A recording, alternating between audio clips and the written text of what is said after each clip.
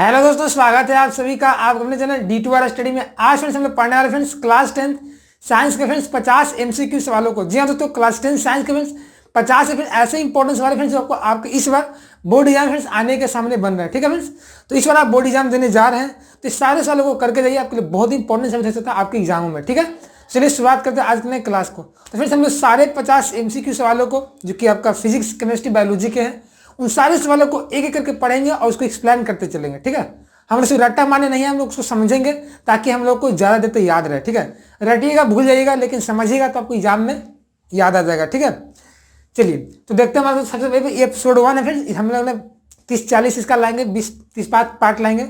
उस पार्ट से आपको बहुत सारे MCQ याद हो जाएगा, है ना, तो आपको कहीं भी दिक्कत नहीं होगा। आप पूरा 50 से 50 MCQ सवाल सही करके आइएगा। ठीक है, देखिए तो पार्ट 1 हमारा है ये 50 MCQ सवाल का।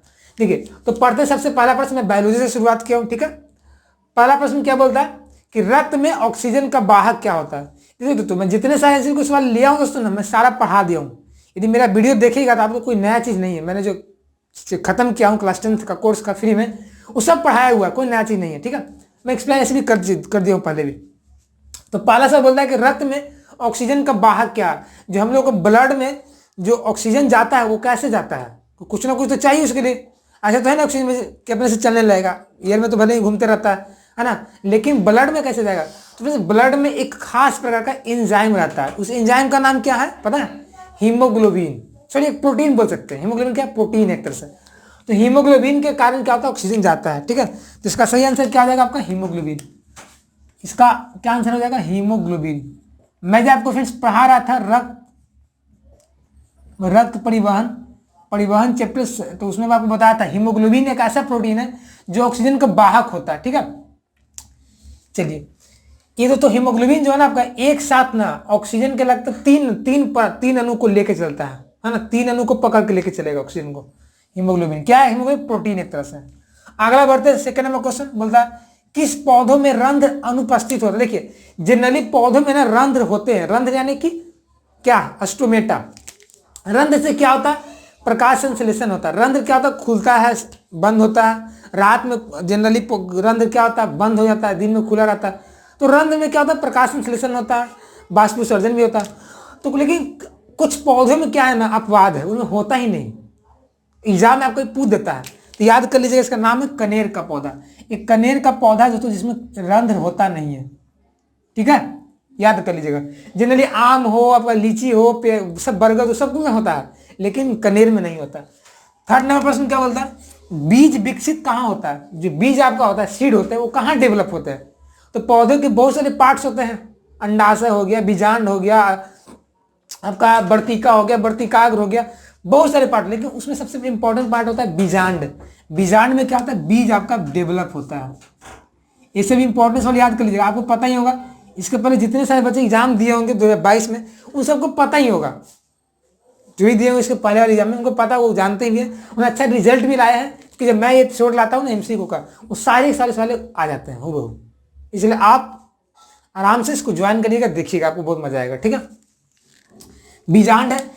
अगला है 4 नंबर, पौधों में जनन अंग कहाँ पाया जाता है। देखिए पौधों में जनन अंग कहाँ होते हैं? आप लोग तो देखे नहीं होंगे गौर से। हर पौधे में एक जनन अंग होता है, रिप्रोडक्टिव पार्ट्स होता है। वो कहाँ होता है? वो जनरली फ्रेंड्स होता है पुष्प में। आप लोग जो पुष्प तोड़ते हैं ना और उसका यूज करते हैं सजावटी में, है ना, कल्चरल प्रोग्राम में, तो वहीं पे आपका क्या होता है ना, जनन अंग होता है पुष्प में, है ना। पुष्प में क्या होता है? जनन अंग होते हैं। यहीं से आपका क्या होता है? फल वगैरह बनते हैं, पुष्प से फल बनते हैं। आगे है 5 नंबर, मस्तिष्क का कौन सा भाग शरीर का संतुलन एवं अनुरक्षण करता है। देखिए तो हम लोग के शरीर का ना, यदि देखा जाए तो बैलेंस और अनुरक्षण का जो काम करता है, वो जनरली मस्तिष्क के 3 पार्ट होते हैं। एक अनुमस्तिष्क, अग्र मस्तिष्क, एक मध्य मस्तिष्क।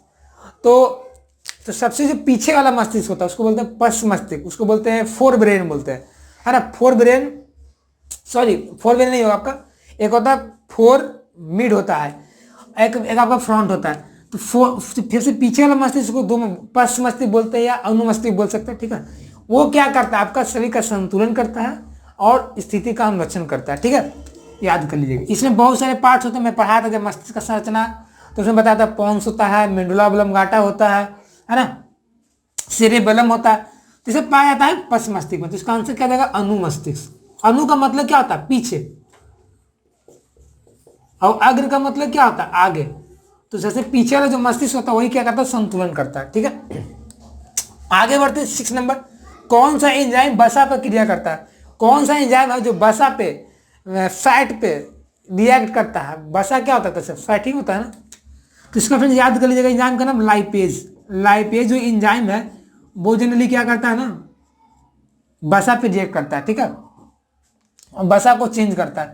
मैं जब पढ़ाया था आपको पाचन, तो वहां पे पाचन तंत्र में बताया था आपको लाइपेज एंजाइम के बारे में, है ना।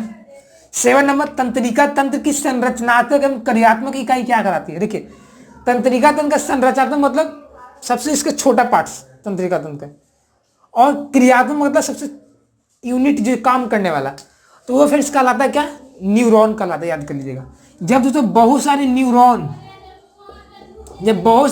मिलते हैं ना, तो तंत्रिका तंत्र का निर्माण करते हैं। न्यूरॉन का जो एक दूसरा नाम होता है तंत्रिका कोशिका। तो जब बहुत सारे तंत्रिका कोशिकाएं मिलते हैं ना, तो एक तंत्रिका तंत्र का निर्माण करते हैं, है ना। मैं बताया हूँ न्यूरॉन क्या होता है, न्यूरॉन का संरचना मैं बता दिया हूँ, जो कि 5 नंबर सवाल आपको याद में आते हैं, है ना।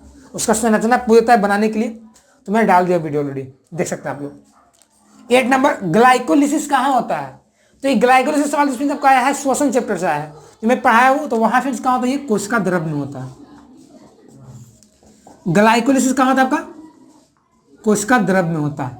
अगला 9 नंबर, ओजोन परत का ह्रास मुख्यतः किसके द्वारा होता है? ओजोन जो लेयर है फ्रेंड्स, मतलब पृथ्वी के चारों ओर जो एक लेयर है चादर की तरह, जो कि अल्ट्रा वायलेट रे को बचाता है पृथ्वी पे आने से। यदि वो नहीं रहेगा ओजोन लेयर, तो क्या होगा, अभी जो क्षय हो रहा है उसका धीरे धीरे डिक्रीज हो रहा है, परत उसका मोटा जो है ना उसका कम हो रहा है। उससे क्या होगा, अल्ट्रा वायलेट रे कोई रोकेगा नहीं, वो डायरेक्टली सन से क्या आएगा, पृथ्वी में आएगा। पृथ्वी से हमारे स्किन पे पड़ेगा, पेड़ पौधों पे पड़ेगा, हमारा स्किन पे पड़ेगा, तो हम लोग का स्किन में क्या होगा, स्किन कैंसर होगा। स्किन कैंसर से होगा, पेड़ पौधों में पड़ेगा, पेड़ पौधों के डीएनए को खराब कर देगा, तो पूरा अस्त व्यस्त हो जाएगा पृथ्वी, उसको इमेजिन नहीं कर सकते। तो यही आपको घट रहा है, बहुत दुखद की बात है। इसका जो लेयर है उसका मोटाई जो है घट रहा है, डिक्रीज कर रहा है। इसका आंसर क्या जाएगा, CFC। एक इसको बोलते हैं क्या, क्लोरोफ्लोरोकार्बन बोलते हैं। अब ये उत्पन्न कहाँ होता है भाई, देखिए बता दो। आप लोग फॉग सेंट वगैरह मारते हैं ना, फॉग वगैरह, या कहीं दाढ़ी बनाने वगैरह जाते होंगे, तो वहाँ पे सैलून वगैरह आपका मारता है, झांस उजला टाइप का लगाता है, वो सब जो है ना उसमें ऊपर उठता है, तो क्लोरोफ्लोरोकार्बन का ही निर्माण करता है। ठीक है, ये सब इसको रोकना जरूरी है। ठीक है, इस पर बहुत सारे चर्चे भी हो रहे हैं आजकल इंटरनेशनल लेवल पे। 10 नंबर, किस प्रकार के श्वसन में अधिक ऊर्जा मुक्त होती है? मैंने आपको बताया था कि श्वसन के 2 मेथड होते हैं, एक वायवीय श्वसन, एक अवायवीय श्वसन, एरोबिक और एनारोबिक। इसमें क्या होता है, वायवीय में सबसे ज्यादा होता है वायवीय। वायवीय जो श्वसन होता है दोस्तों, उसमें आपका 38 ATP एनर्जी मुक्त होता है। जो हम लोग के शरीर में जो होता है ना, वो वायवीय ही होता है ना। ये आपका ऑक्सीजन के पर्याप्त मात्रा की उपस्थिति में होता है। 11 नंबर, मानव नर जनन ग्रंथि क्या कहलाता है? मानव नर जनन ग्रंथि क्या कहलाता है? बहुत इंपॉर्टेंट सवाल एग्जाम में हमेशा आता है, पूछता भी, रिपीट करता है, याद कर लीजिएगा। इसका होता है आंसर ब्रिसन होता है, ब्रिसन। जो ब्रिसन होता है फ्रेंड्स, वो क्या होता है आपका, मानव नर जनन ग्रंथि का भाग है ना, मानव नर जनन ग्रंथि का भाग है ब्रिसन। अगला 12 नंबर, पारिस्थितिक तंत्र में ऊर्जा का स्रोत क्या? देखिए, जो फ्रेंड्स आपका आसपास जो देखते हैं आप, जैसे आप घर में रह रहे हैं, तो आपके आसपास इकोसिस्टम एक बना हुआ है। आपका घर है, गाय भैंस बकरी है, मछलियां, सब एक तरह से एक सिस्टम बने हुए हैं, एक दूसरे पर डिपेंड है। ऊर्जा जा रहा है, जैसे मान लीजिए आप चिकन खाए, तो चिकन का जो मुर्गी का ऊर्जा आप में आया, है ना, चिकन वाले किसी और को खाया, तो उसका एनर्जी मतलब एनर्जी ट्रांसफर हो रहा है। तो एक तरह से क्या होता है, एनर्जी ट्रांसफर होने के कारण क्या होता है, एक श्रृंखला बनता है, श्रृंखला से एक जाल बनता है, और एक पारिस्थितिक तंत्र का निर्माण करता है, इकोसिस्टम का निर्माण करता है। तो इकोसिस्टम में सबसे ऊर्जा का मुख्य स्रोत क्या होता है बताइए आप लोग? सन हो गया, सूर्य जो है हमारा सबसे ऊर्जा का मुख्य स्रोत होता है। सूर्य की ऊर्जा को पेड़ पौधे लेते हैं, पेड़ पौधे से हम लोग लेते हैं, इसे 10% जो है ना ऊर्जा ट्रांसफर होते जाता है। 13 नंबर, मानव का उद्भव स्थान कहाँ है? हम लोग यदि देखा जाए कि उद्भव मतलब उत्पन्न, हम लोग कहाँ से उत्पत्ति हम लोग हुआ है, हम लोग का कहाँ से मिलता जुलता है, तो ये आपको याद कर लीजिएगा, दक्षिण अफ्रीका हो गया। साउथ अफ्रीका जो फ्रेंड्स आपका हम लोग का उद्भव स्थान है। अब ऐसा क्यों बोला जाता है? क्योंकि फ्रेंड जो वहाँ का जो चिंपैंजी थे ना, उससे हम लोग को मिलता जुलता है, कैरेक्टर मिलता है, ठीक है। तो हम लोग का विकास चिंपैंजी से ही हुआ है ना। भले अभी पूछ रहे हैं, क्योंकि हमने पूछ का हम लोग उपयोग किए नहीं है ना। तो जिस चीज़ का हम लोग उपयोग नहीं करते वो धीरे धीरे नष्ट हो जाता है, तो इसलिए अफ्रीका से हम लोग का उद्भव हुआ है। 14 नंबर, ग्रहणी भाग है। ग्रहणी किसका भाग है? जरा याद करिए, मैं जब पढ़ाया था आपको पाचन तंत्र में छोटी आंत, तो वहाँ बताया था। तो ग्रहणी किसका भाग है? छोटी आंत का। ग्रहणी, डुओडिनम, इलियम, ये सब बताया था ना। ये आपका 14 सवाल फ्रेंड्स आपका ना बायोलॉजी के थे, मैंने जो कि बता दिया, ठीक है। आप इसको याद ध्यान से समझिएगा, रिपीट करिएगा। यदि आपको याद है तो बहुत अच्छी बात है, याद नहीं है तो इसको ध्यान में रखिए, इसको देखते रहिए हमेशा, ठीक है। इसको आप नोट कर लीजिए ताकि मैं आगे के सवाल जो भी फिजिक्स में उसको मैं शुरुआत करता हूँ।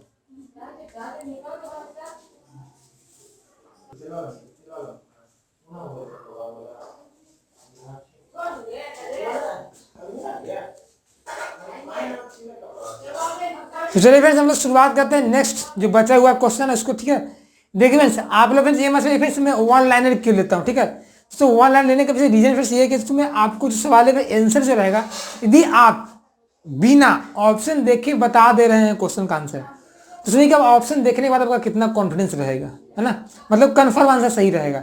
लेकिन ऑप्शन से भी क्या होगा, आप थोड़ा सा घबरा जाएगा, अरे ऑप्शन ये था कि वो था। एग्जाम में आपको क्या टेंशन आ जाएगा कि भाई अब बाइबिए था कि बाइबिए था। लेकिन अभी आप यदि बाइबिए देख रहे तो बाइबिए ही देखेंगे।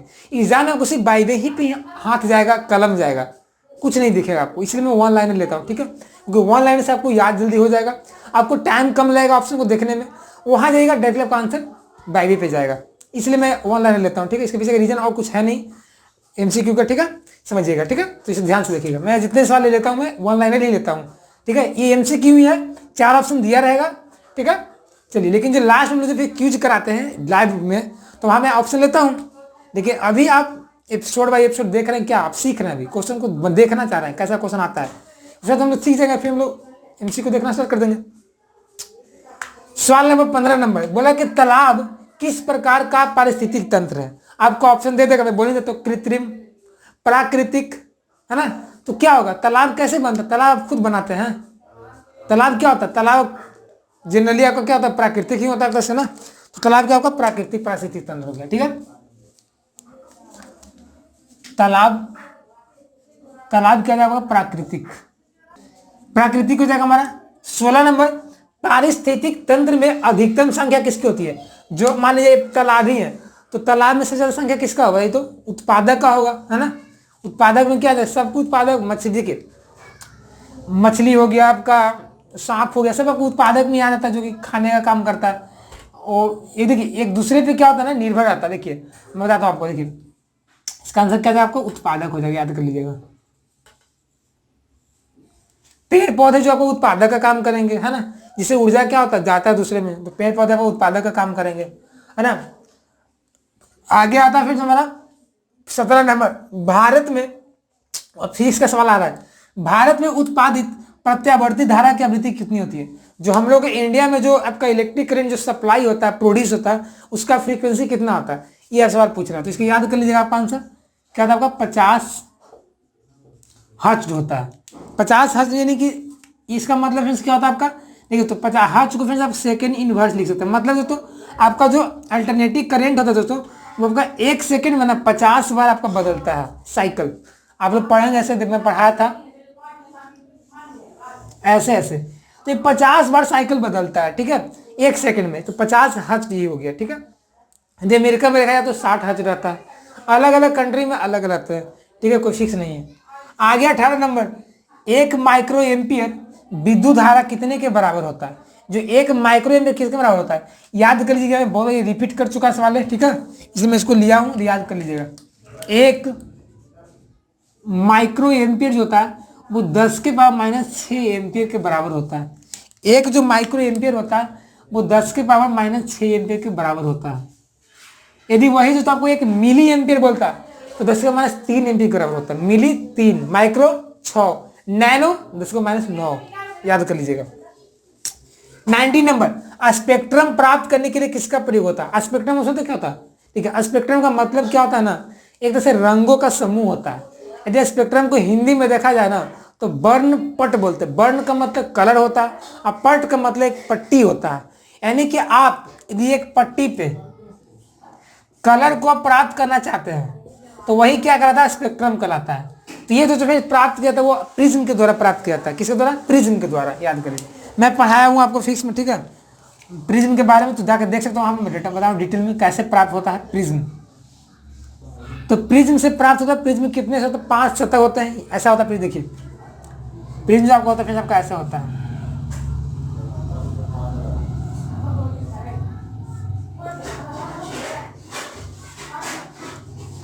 इस तरह का प्रिज्म होता है 5 सतह वाला। इससे क्या करता है, लाइट को गुजारा जाता है।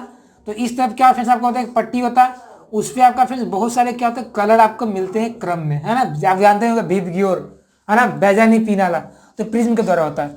20वां नंबर, उत्तल लेंस द्वारा आवर्धित काल्पनिक प्रतिबिंब तब बनता है जब वस्तु होता है। मैं यही बताया हूँ, मैं जितने सारे सवाल आपको बता रहा हूँ सारा सब मैं एक्सप्लेन किया अपने वीडियोज़ में। कोई नया चीज़ नहीं है आपके लिए। जो बच्चे देख रहे हैं मेरी वीडियो लगातार उनको कोई दिक्कत नहीं होगा। देखिए आप बोल रहे हैं कि आप समझिए कि आवर्धित का मतलब होता क्या है। बच्चे कंफ्यूजन रहते हैं, आवर्धित का मतलब होता क्या। देखिए तो आवर्धित का जो मतलब होता है बड़ा, आवर्धित का मतलब होता है बड़ा, और विवर्धित का मतलब होता है छोटा। तो मैग्नीफाई एंड काल्पनिक मतलब आभासी उल्टा प्रतिबिंब कहाँ कब बनेगा? उत्तल लेंस में। बताइए, हम लोग को तो पता है कि उत्तल लेंस में कैसा प्रतिबिंब बनता है, काल्पनिक और उल्टा बनता है। लेकिन बड़ा कब बनता है पता है? जब बड़ा दोस्तों तब बनता है जब वस्तु को हम यदि फोकस और ध्रुव के बीच में रखते हैं। वस्तु को फोकस और ध्रुव के बीच में रखते हैं तभी फिर से क्या होता है, प्रतिबिंब बड़ा बनता है। किसमें? उत्तल लेंस में बनता है।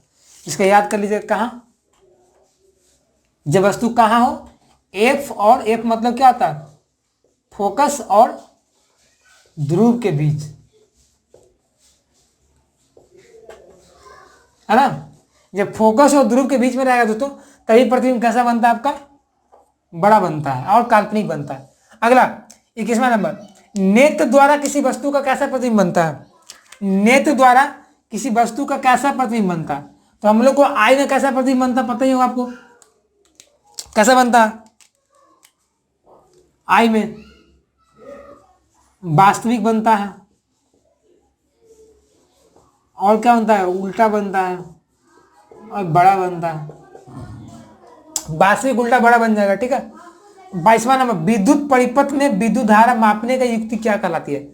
आप देखें दोस्तों, उल्टा प्रतिबिंब बनता है दोस्तों। तो आप बोले सर उल्टा बनता तो देखते हैं जो वस्तु को तो सीधे देखते हैं, तो सीधा देखते नहीं है हम लोग को। जनरली आई में क्या होता है ना, आई के आसपास क्या होता है ना, कुछ तंत्रिकाएं ऑप्टिकल फाइबर वाले कुछ रेशे होते हैं, ठीक है, जो मांसपेशियाएं होते हैं। वो क्या करते हैं ना, वो हम लोग को माइंड में ना वस्तु का सीधा भेजता है बनाकर, ठीक है। बनता प्रतिबिंब उल्टा ही है लेकिन हम लोग माइंड में वो जाता है, वो संदेश जाता है, सिग्नल जाता है, वहाँ पर वो सीधा हम लोग को महसूस किया जाता है ना। तो ये आपका खेल होता है, ठीक है। कभी गलती मार दीजिएगा, सीधा मार दीजिएगा, ठीक है। विद्युत परिपथ में उदाहरण मामले में क्या कहते हैं हम लोग, जो इलेक्ट्रिक सर्किट में करंट किससे मापा जाता है? तो आपको पता है आम मीटर होता है, आम मीटर से। एक तो होता है वोल्ट मीटर, दूसरी वोल्टा मीटर। तो वोल्टा मीटर से क्या करते हैं हम लोग, वोल्टेज को मापते हैं, और आम मीटर से करंट को मापते हैं। एक फ्रेंड्स होता है गैल्वेनोमीटर, वो फ्रेंड्स क्या करता है ना आपको, वो फ्रेंड्स आपको बताएगा कि आपका सर्किट में करंट फ्लो हो रहा है या नहीं हो रहा है। तो 3 तरह के यंत्र होते हैं, यहाँ में आते हैं, कन्फ्यूजन आता है। तो आम मीटर से करंट को माप लेगा कितना जा रहा है, 10 एम्पियर, 20 एम्पियर, 30 एम्पियर। लेकिन गैल्वेनोमीटर क्या करेगा, वो बताएगा कि जा रहा है कि नहीं जा रहा है, उसको भी काम है, बस जा रहा है कि नहीं जा रहा है बस वो बताएगा, लेकिन ये बता दे कितना जा रहा है, ठीक है, इसे याद रखिएगा। 23वां नंबर, परिपथ में शक्ति को निरूपित कैसे कहता है? यदि इलेक्ट्रिक सर्किट में शक्ति को कैसे डिनोट करेंगे, पावर को कैसे डिनोट करेंगे, पावर को। तो इसका तो 3 आपका डेरिवेशन होता है। एक होता है V²/R, एक I²R, एक होता है VI। ये तीनों के तीनों दोस्तों आपका, ये आपका पावर को डिनोट करता है। यदि आपको सर्किट में पावर निकालना हो, वोल्टेज दे दे, प्रतिरोध दे दे, धारा दे दे, तो तीनों फार्मूला में से कोई को लगा के आप निकाल सकते हैं सर्किट में पावर कितना है। अला 24 नंबर, फोटोग्राफी कैमरा का अभिदृश्यक लेंस होता है। आप फोटोग्राफी कैमरा देखिएगा तो उसमें भी एक लेंस होता है, हम लोग आँख में लेंस होता है, वहाँ भी लेंस होता है। तो जो फोटोग्राफी कैमरा होता है उसका जो लेंस होता है वो होता है आपका किसका, अवतल लेंस होता है।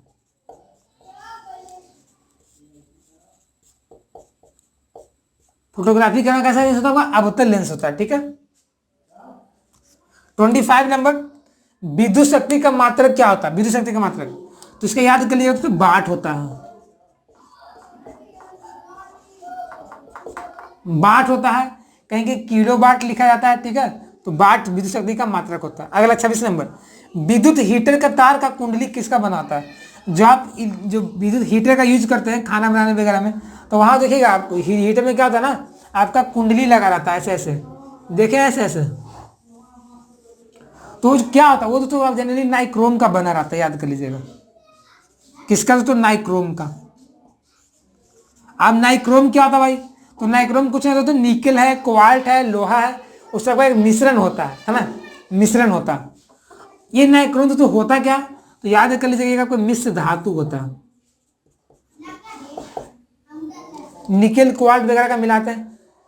अगला तो 27वां नंबर, विद्युत परिपथ का वह गुण जो धारा को उसमें बदल दे, क्या कहलाता है, विद्युत परिपथ का फ्रेंड्स कौन सा गुण जो है वो धारा को क्या होता है उसमें बदलता है, क्या कहलाता है, प्रतिरोध, याद कर लीजिएगा। प्रतिरोध तो क्या करता है, आपका धारा को उसमें बदलता है, ठीक है। चलिए अगला 28 नंबर, तरंग दैर्ध्य को सामान्यतः व्यक्त किया जाता है, याद कर लीजिएगा, मीटर में। अब मीटर में क्या है देखिए, जिसको पता नहीं है तरंग दैर्ध्य क्या होता है, तो तरंग दैर्ध्य को तो आप वेव समझे, वेव होता है, वेव तरंग, तो वेव जो होता है ना उसके जानते पढ़ेंगे आप लोग, स्ट्रिंग होता है, गर्त होता है ना, तो दो स्ट्रिंगों के बीच जो डिस्टेंस होता है वही क्या कहलाता है, तरंग दैर्ध्य कहलाता है, वेव लेंथ कहलाता है ना। वो जनरली आपका आप क्या बीच जो दूरी है ना, डिस्टेंस है, तो डिस्टेंस क्या कहते हैं, मीटर में व्यक्त करते हैं, तो इसलिए तरंग दैर्ध्य का जो मात्रा होता है मीटर होता है, ठीक है। इसको एंगस्ट्रम के द्वारा व्यक्त करते हैं, ठीक है, एंगस्ट्रम, इसको लैम्डा से डिनोट करते हैं।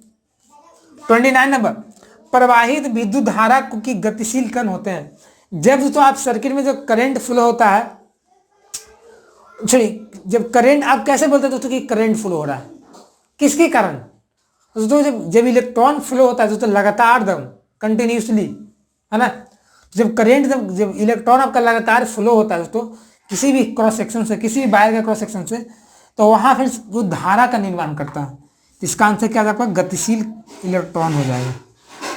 इलेक्ट्रॉन का फ्लो मतलब विद्युत धारा का फ्लो, विद्युत धारा का, इलेक्ट्रॉन फ्लो करेगा लगातार कंटिन्यूसली, उसमें वहां पे करंट फ्लो होने लगेगा, ठीक है। 30 नंबर, विद्युत आवेश के प्रवाह का दर क्या कहलाता है, विद्युत आवेश का प्रवाह का दर क्या कहलाता है, धारा कहलाता है। पढ़ेंगे आप लोग, आई बराबर क्या होता है, QIT, है ना, एकांक समय में कितना धारा प्रवाह कर रहा है वही आपका क्या कहलाता है, एकांक समय में कितना आपका आवेश प्रवाह कर रहा है वही आपका विद्युत धारा कहलाता है। तो इस तरीके से हम लोगों ने अभी तक 30 सवाल को ही देखे हैं, जो कि बहुत सारे इंपॉर्टेंट आप देख ही होंगे, आप लोग अनुभव कर रहे होंगे, ठीक है, पढ़ते होंगे तब, जिसे नहीं पढ़ उनको पता नहीं चला सवाल कैसा अच्छा है खराब है, लेकिन जो बच्चे पढ़ते उनको पता चला होगा हाव भाव क्या है। इसलिए सवालों को ध्यान से देखिएगा, स्क्रीनशॉट लेते चले, क्योंकि आपके लिए बहुत ही इंपॉर्टेंट है भाई, मैं बोल रहा हूँ, ठीक है, मैं हर बार बोल रहा हूँ, इसलिए समझिएगा कुछ इंपॉर्टेंट तो है ही, इसको नोट करिए।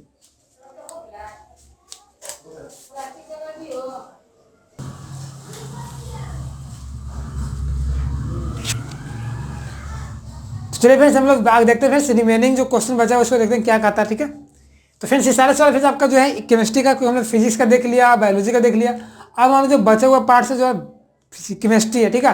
तो केमिस्ट्री के सवाल क्या कहता है, ठीक है, बहुत सारे इंपॉर्टेंट सवाल आपको ध्यान से देखिएगा, है ना। सारे सवाल है दोस्तों, आपको सारे चैप्टर को टच किए गए, ऐसा नहीं है कोई एक चैप्टर को उठाया गया उसे पूरा छाप दिया गया, नहीं, इस सारे चैप्टर से लिए गए हैं, क्योंकि भाई क्वेश्चन बनाना है, वीडियो बनाना है, कुछ ऐसा नहीं कि चला है बना दिए, तो सारा चैप्टर है उसमें इंपॉर्टेंट सवाल है उसको मैं लिया हूँ, ठीक है, सिर्फ ध्यान से देखिएगा आप लोग, इंपॉर्टेंट आपके लिए।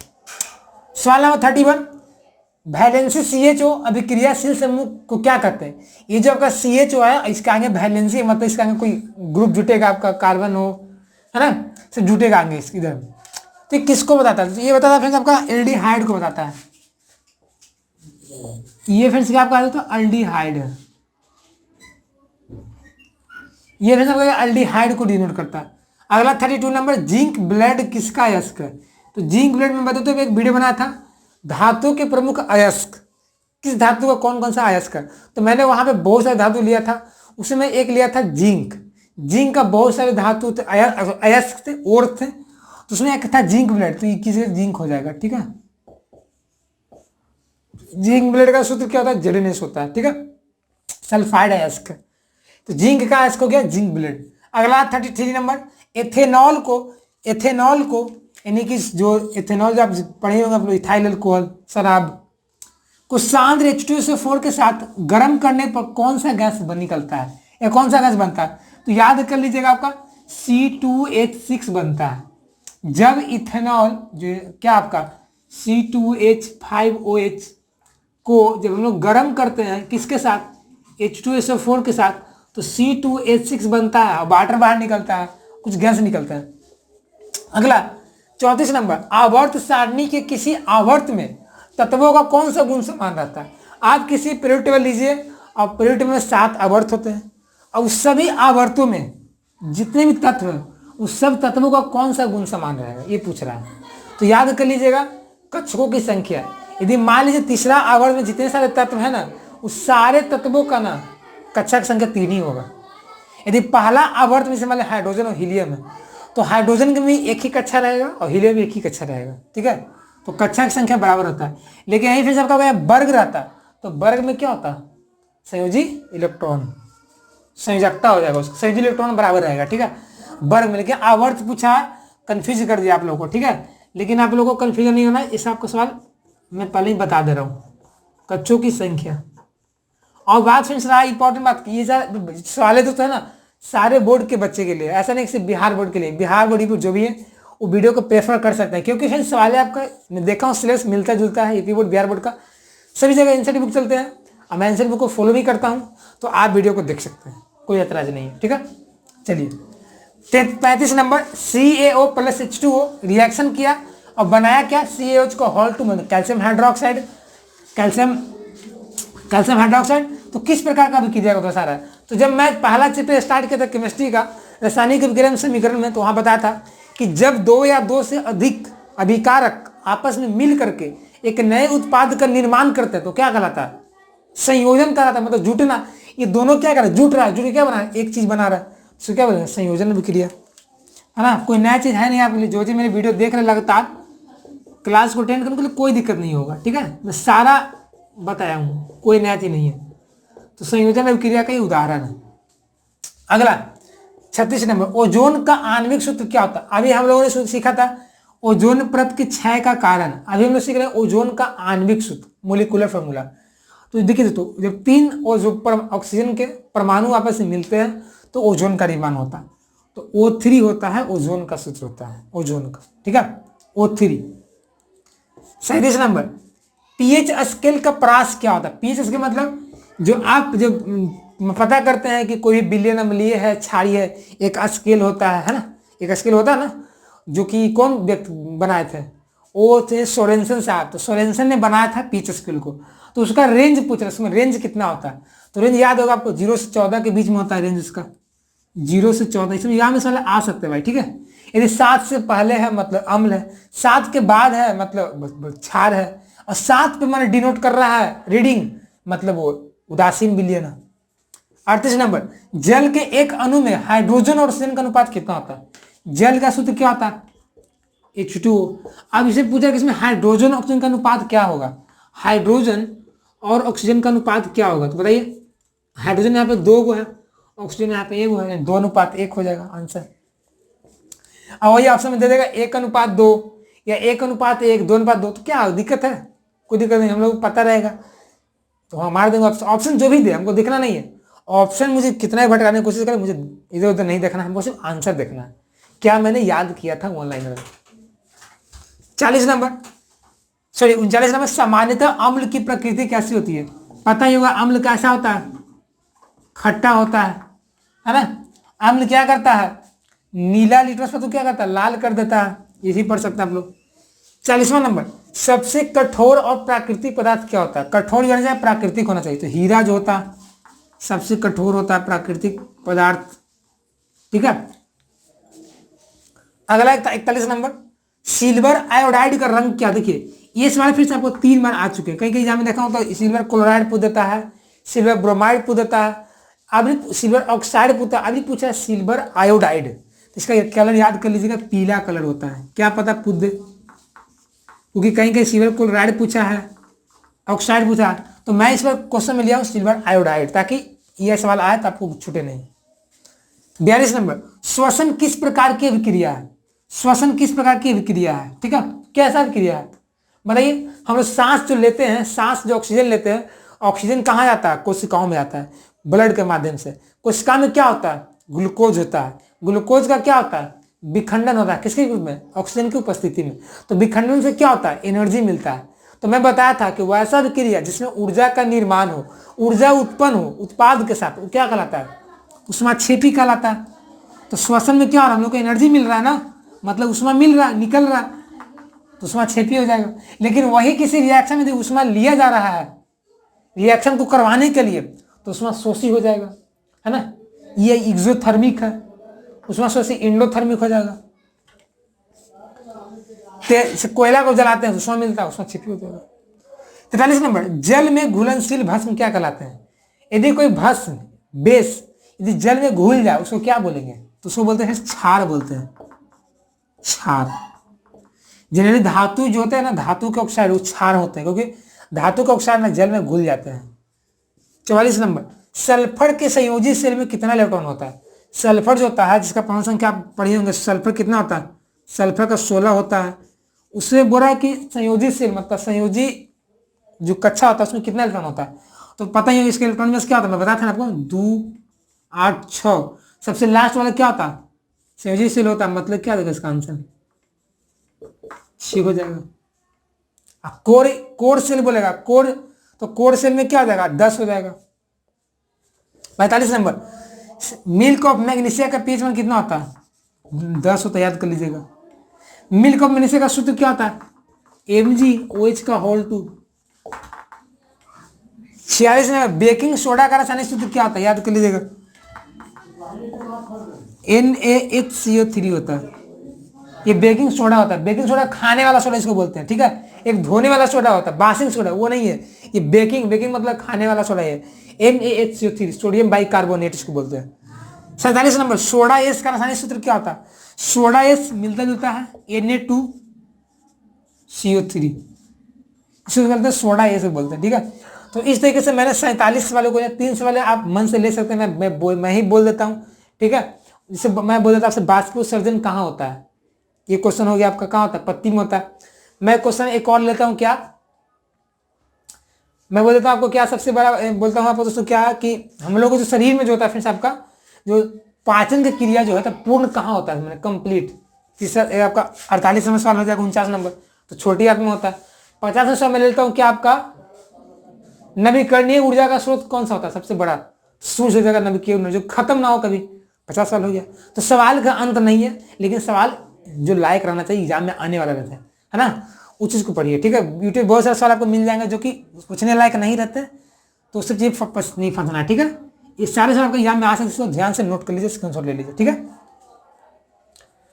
तो फ्रेंड्स कैसा लगा आज क्लास? अच्छा लगा ना, कुछ सीखे हेल्पफुल तो प्लीज वीडियो को लाइक कर देंगे, और दोस्तों चैनल पर पहली बार आए होंगे तो प्लीज हमारे चैनल को सब्सक्राइब कर देंगे, क्योंकि हमारे चैनल में फ्रेंड्स क्लास 10, 11 और 12 की फुल्ली एनसीईआरटी का सोल्यूशन कराया जाता है, पढ़ाया जाता है। तो चैनल को सब्सक्राइब कर हमसे जुड़कर अपनी तैयारी को और भी अच्छा और बेहतर कर सकते हैं। मिलते हैं नए वीडियो में, तब तक के लिए बने रहिएगा। जय हिंद, जय Bharat, take care, bye, best of luck.